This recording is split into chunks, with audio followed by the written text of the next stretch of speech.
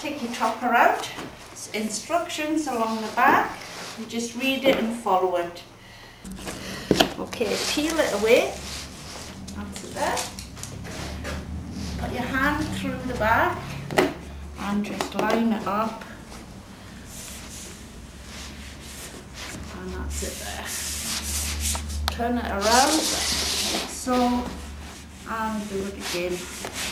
You get magnetics. They can peel them, and there's pieces here. Just place them where indicated.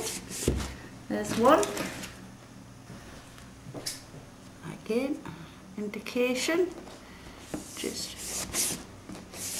And that's it ready to put onto your vehicle.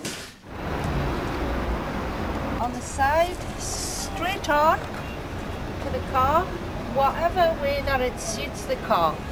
And remember, you can put it on the bonnet.